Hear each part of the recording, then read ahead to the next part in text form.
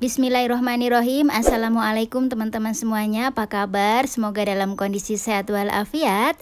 Nah, seperti biasa kita akan belajar bersama. Kali ini tema kita tentang teori Karen Horney.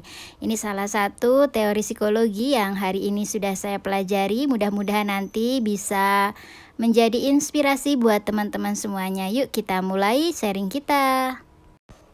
Nah, sebelumnya kita kenalan dulu dengan sosok Karen Horney ya, walaupun ini tulisannya Karen Horney, tapi bacanya Karen Horney ya teman-teman. Beliau lahir di Jerman, merupakan anak perempuan satu-satunya, walaupun beliau mempunyai kakak juga ya. Dan menurut beliau adalah anak yang tidak diinginkan. Ayahnya seorang otoriter, sementara ibunya sangat terbuka. Dalam rumah tangganya beliau juga mengalami banyak gejolak ya, terjadi perceraian dan lain-lain, yang itu semuanya pengalaman hidup beliau mempengaruhi teori-teori beliau. Teorinya Horney berkaitan atau beririsan dengan teorinya Freud, di mana ada peran ketidaksadaran, kemudian pengaruh besar yang terjadi pada masa kanak-kanak pada perkembangan selanjutnya, ada dinamisme kecemasan dan mekanisme ketahanan di dalam diri. Tetapi ada hal-hal yang membedakan dari kedua teori ini. Untuk yang Freud, mereka percaya bahwa pengalaman masa kanak-kanak, terutama pengalaman seksual, itu sangat berpengaruh atau membentuk kepribadian. Kemudian juga menekankan pikiran pola bawah sadarnya yang cukup banyak ya. Ini juga mempengaruhi tentang kepribadian seseorang. Kemudian bias teori tentang penis envy yang disampaikan oleh Freud. Kalau Horney sendiri mempercayai bahwa ketegangan sosial pada seorang anak itu mempengaruhi pembentukan kepribadiannya. Kecemasan pada masa anak-anak itu disebabkan oleh ketidakberdayaan anak yang bergantung dan juga memicu keinginan untuk lebih dicintai, lebih banyak, lebih aman, lebih banyak. Dan Horney juga salah satu teorinya membantah tentang konsep penis envy pada teorinya Freud, yang di dalamnya dianggap sebagai sebuah kecemburuan gender ya. Dalam teori ini, psikoanalis sosial dibentuk berdasarkan asumsi bahwa kondisi sosial dan kultur, terutama yang terjadi pada anak-anak, sangat besar pengaruhnya bagi kepribadian seseorang, dan setiap orang adalah pesaing yang nyata atau potensial bagi orang lain menurut Horney. Jadi dalam pergaulan sehari-hari, seseorang itu sebagai pesaing satu sama lain, meskipun mungkin ada yang nyata, ada yang sifatnya potensial. Dan hal ini yang kemudian memunculkan rasa permusuhan dasar. Rasa daya saing ini yang kemudian menimbulkan perasaan bersaing. Dan ketika seseorang tidak bisa menjalani proses persaingan ini dengan sehat, maka yang terjadi merasa terisolasi, rendah diri gitu ya, sehingga mereka membutuhkan rasa aman, membutuhkan kasih sayang, membutuhkan rasa cinta yang lebih. Nah, pada orang yang mempunyai gangguan neurotik, ini membutuhkan rasa cinta, rasa aman yang lebih tinggi dibanding kebanyakan orang. Sementara di dalam masyarakat sendiri yang menjadi kultur yang juga berlaku di setiap orang, ada sebuah lingkaran setan. Menurut Horney, ada konflik-konflik di mana beliau menggarisbawahi ada 3 hal. Pertama, tentang kebiasaan atau anjuran untuk bersifat kekeluargaan dan rendah hati. Tetapi di lapangan yang terjadi tidak selalu demikian. Cukup banyak pertentangannya. Masyarakat yang harusnya kekeluargaan dan rendah hati, yang didapati justru pertentangan yang muncul, dan juga banyak agresivitas, dorongan untuk menang dan dorongan untuk lebih dari orang lain. Jadi nggak sama nih dengan konsep yang harusnya diterapkan. Kemudian keinginan untuk sukses tidak pernah berakhir di masyarakat ya. Keinginan untuk mencapai tujuan tertentu meskipun sudah mencapai pada harapan-harapan, misalnya mencapai material yang tinggi, jabatan yang tinggi, ternyata nggak berhenti. Masyarakat ini terus akan mencari yang lebih tinggi lagi. Kemudian yang ketiga, hidup bebas itu dapat mencapai semua yang diinginkan. Diajarkan bahwa kalau kita mau mencapai sesuatu, kita punya kebebasan untuk mencapainya, maka kita bisa mendapatkannya. Tapi kenyataannya tidak demikian. Ada faktor-faktor lain seperti genetik, kedudukan sosial, daya saing yang mempengaruhi seseorang bisa tidak mencapai harapan-harapannya. Nah, ini adalah sebuah lingkaran setan menurut Harney yang terus berputar, menimbulkan banyak konflik dan juga semacam persaingan di dalam seorang manusia. Nah, seperti disampaikan sebelumnya bahwa masa anak-anak adalah masa yang sangat penting bagi pertumbuhan sebuah kepribadian. Konflik neoritik itu bisa muncul sebenarnya di setiap perkembangan, tidak hanya di anak-anak, di dewasa pun bisa muncul. Tapi masa kanak-kanak adalah masa ketika sebagian masalah itu dimulai, dan masa kanak-kanak yang berat bisa memunculkan kebutuhan neurotik yang tinggi ya. Nah, kebutuhan seluruh masa anak-anak ini membentuk struktur karakter tertentu atau juga memulai perkembangan dari kepribadian selanjutnya menurut Horney. Bagaimana munculnya permusuhan dasar dan kecemasan dasar pada seorang anak? Nah, intinya setiap manusia itu memulai hidupnya dengan kemungkinan untuk sehat, terlahir dengan sehat, tetapi mereka membutuhkan kondisi yang mendukung. Anak-anak perlu mendapatkan cinta dan kasih sayang yang tulus, kedisiplinan yang baik untuk memberikan rasa aman dan bisa tumbuh sesuai dengan yang sebenarnya.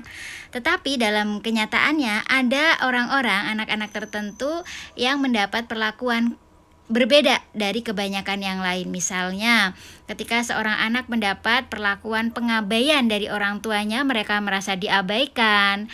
Kemudian mereka didominasi oleh orang tuanya, keputusannya semua dikehendaki oleh orang tuanya, mereka harus manut, begitu ya, harus ikut. Atau mereka terlalu dilindungi apa-apa, selalu dilindungi sehingga mereka tidak bisa mandiri. Mereka merasa tertolak ketika melakukan sebuah kesalahan orang tuanya, kemudian seolah menolaknya, kemudian terlalu dimanjakan. Nah, ini beberapa hal yang akhirnya bisa memunculkan permusuhan dasar pada seorang anak. Ketidaksukaan yang diterima anak bisa menyebabkan permusuhan dasar. Nah, permusuhan dasar ini bisa ditekan ya, tetapi jika terus berulang-ulang maka yang datang selanjutnya akan menjadi sebuah kecemasan dasar. Permusuhan dan kecemasan dasar itu saling terkait ya satu sama lain. Dorongan-dorongan permusuhan adalah sumber utama timbulnya kecemasan dasar. Akan tetapi, adanya kecemasan dasar juga dapat mengarahkan pada perasaan permusuhan. Dan cara mempertahankan diri dari kecemasan ini, seseorang harus mendapatkan kasih sayang, kepatuhan, kekuasaan, dan juga bisa menarik diri. Menurut Horney, kecemasan dasar itu sebenarnya bukan neurosis ya, melainkan tempat tumbuhnya atau lahan subur bagi neurosis itu untuk berkembang setiap saat. Jadi kalau sudah datang di kecemasan dasar yang sering begitu ya, maka dia bisa menjadi tumbuhnya neurosis atau sifat tadi ya pada seorang manusia. Individu neurosis sebenarnya mempunyai masalah yang sama dengan orang normal. Dia mempunyai permusuhan, kecemasan, sama, hanya yang membedakan orang-orang neurotik ini mengalami masalah dengan tingkatan yang lebih besar.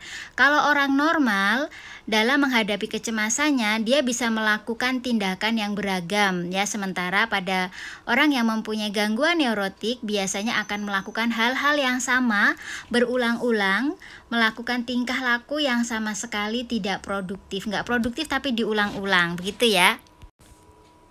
Horney menggambarkan ada 10 kebutuhan para neurotik ya untuk menggambarkan strategi pertahanan diri. Dan 10 kebutuhan ini bisa saling tumpang tindih ya untuk mendapatkan kebutuhan satu dan lainnya. Yang pertama adalah kebutuhan kasih sayang dan penerimaan diri. Kemudian juga mereka membutuhkan rekan yang kuat, partner yang kuat. Mereka juga membatasi lingkungannya dengan lingkungan yang sempit. Mereka lebih membutuhkan atau menggunakan kekuasaannya atau juga memanfaatkan orang lain. Selain itu, para pribadi neurotik ini juga membutuhkan penghargaan sosial, gengsinya cukup tinggi ya. Kemudian mereka mengagumi diri sendiri, mereka punya ambisi yang kuat dengan capaian pribadinya. Kemudian ada kemandirian dan kebebasan yang diharapkan dan juga kesempurnaan. Balik lagi bahwa ini semua sebenarnya kebutuhan banyak orang, tetapi pada pribadi neurotik dia lebih banyak butuhnya dibanding orang pada umumnya. Nah, kemudian apa nih sikap yang sering diambil oleh para neurotik ya teman-teman? Yang pertama, biasanya ketika mereka bergaul dan tidak mendapatkan apa yang diharapkan, mereka cenderung memilih 3 langkah ini. Pertama, mendekati orang lain ya untuk mendapatkan yang dia inginkan, atau dia melawan orang tersebut, atau juga bisa jadi menjauhi. Sama seperti kebanyakan orang, kita juga mungkin mengalami hal demikian, tetapi pada mereka kadarnya berlebih gitu ya. Nah, karena mereka tidak mendapatkan banyak hal yang menjadi kebutuhannya, kemudian bisa memunculkan konflik intrapsikis di dalam jiwa seorang neurotik. Bisa jadi konflik itu adalah gambaran diri ideal atau kebencian terhadap diri sendiri. Gambaran diri ideal ini biasanya mulai dilakukan dengan cara mencari kemuliaan ya, kebutuhan akan kesempurnaan, ambisi untuk dorongan kesuksesan. Kemudian juga permintaan perlakuan yang spesial, dan mereka sangat frustasi kalau tidak mendapatkan perlakuan yang spesial, dan mereka juga ngerasa bangga pada diri sendiri berdasarkan gambaran diri ideal yang dinyatakan dengan lantang dalam diri mereka, padahal itu nggak sesuai dengan yang sebenarnya. Tapi harapan-harapan mereka itu seolah nyata pada diri mereka, padahal enggak gitu ya. Jadi intinya mereka menjadi sosok yang kayaknya ini ideal banget sosoknya mereka ini, tapi versi mereka tidak menurut orang lain. Atau yang terjadi justru sebaliknya, yaitu kebencian pada diri sendiri. Setidaknya Horney menemukan 6 cara menemukan kebencian dalam diri sendiri. Yang pertama, seperti tuntutan yang tidak henti-hentinya kepada diri sendiri, dakwahan terhadap diri yang kejam ya, memberi label-label kejam pada diri sendiri, mengekspresikannya dengan merendahkan, meremehkan, meragukan, mendiskreditkan ya, mengolok-olok diri sendiri, frustasi, menyiksa diri, atau bahkan tindakan atau dorongan untuk menghancurkan diri sendiri. Ini adalah salah satu pilihan bagi mereka yang mempunyai gambaran kebencian kepada diri sendiri yang terjadi pada orang-orang yang memiliki gangguan neurotik. Lalu teori Karen Horney juga menyikapi tentang psikologi feminim. Beliau membedakan psikis antara pria dan wanita itu bukan karena anatominya, melainkan karena kultur dan harapan sosial terhadap masing-masing. Jadi bedanya laki-laki dan perempuan itu bukan karena fisiknya, tetapi karena kultural ya yang menuntut hal itu. Kemudian meyakini bahwa kecemasan dasar merupakan penyebab utama dari kebutuhan pria untuk mengalahkan wanita dan keinginan wanita untuk menaklukkan pria. Kemudian beliau menyampaikan bahwa keberadaan kompleks Oedipus bukan akibat dari biologis dan tidak berlaku universal di seluruh dunia. Konsep penis envy kurang bisa dipertahankan karena kadang laki-laki juga ada rasa iri juga terhadap rahim perempuan ketika mereka menginginkan seorang bayi. Dalam teori ini sepaham juga dengan Adler, kadang perempuan juga mempunyai jiwa maskulin. Bukan karena ingin menjadi seperti pria, tapi keinginan memiliki kelebihan yang di kultur dianggap sebagai kelebihan yang sifatnya maskulin. Untuk psikoterapi di Karen Horney, neurotik dipercaya berasal dari konflik dasar masa kanak-kanak, dan tujuan terapinya untuk membantu pasien berkembang secara bertahap menuju realisasi diri, menghilangkan gambaran diri ideal, menghentikan pencarian neurotik akan kemuliaan mereka, dan mengubah kebencian menjadi penerimaan diri.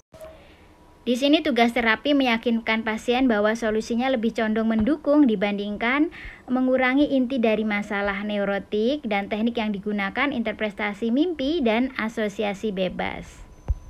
Teori Karen Horney juga menuai beberapa kritikan ya, diantaranya dianggap sulit untuk diverifikasi, sulit untuk difalsifikasi, Sementara untuk kelebihannya, penjelasannya lebih rinci mengenai konsep individu neurotik dan juga memenuhi kaedah parsimoni. Nah, dari teori psikoanalisis Karen Horney ada beberapa kesimpulan. Yang pertama, bahwa di teori ini didasari asumsi bahwa kondisi sosial dan kultural, terutama masa kanak-kanak, sangat mempengaruhi kepribadian. Kemudian anak yang tidak mendapatkan cinta dan kasih sayang yang cukup akan mengembangkan permusuhan dasar kepada orang tuanya, sebagai akibatnya akan memunculkan kecemasan dasar. Dan orang yang mengalami kecemasan dasar akan melakukan hubungan dengan mendekati orang lain, melawan orang lain, menjauhi orang lain. Nah, pada kondisi normal itu hal yang biasa, tetapi pada kondisi neurotik hanya akan memilih salah satu saja dan itu berulang-ulang. Kemudian yang keempat, tingkah laku kompulsif individu neurotik akan berkembang menjadi konflik intrapsikis dasar, yakni gambaran tentang diri ideal atau kebencian diri. Demikian ya teman-teman, sedikit tentang teori Karen Horney yang bisa saya sampaikan untuk sharing di hari ini. Masih banyak salah-salahnya, masih banyak mungkin yang pemahamannya belum utuh atau terpotong-potong. Silahkan teman-teman bisa kaji kembali, boleh juga ditambahkan di kolom komentar apa-apa yang menurut teman-teman lebih baik dari yang saya sampaikan. Mohon maaf banyak salahnya. Insya Allah ketemu lagi di next video. Makasih.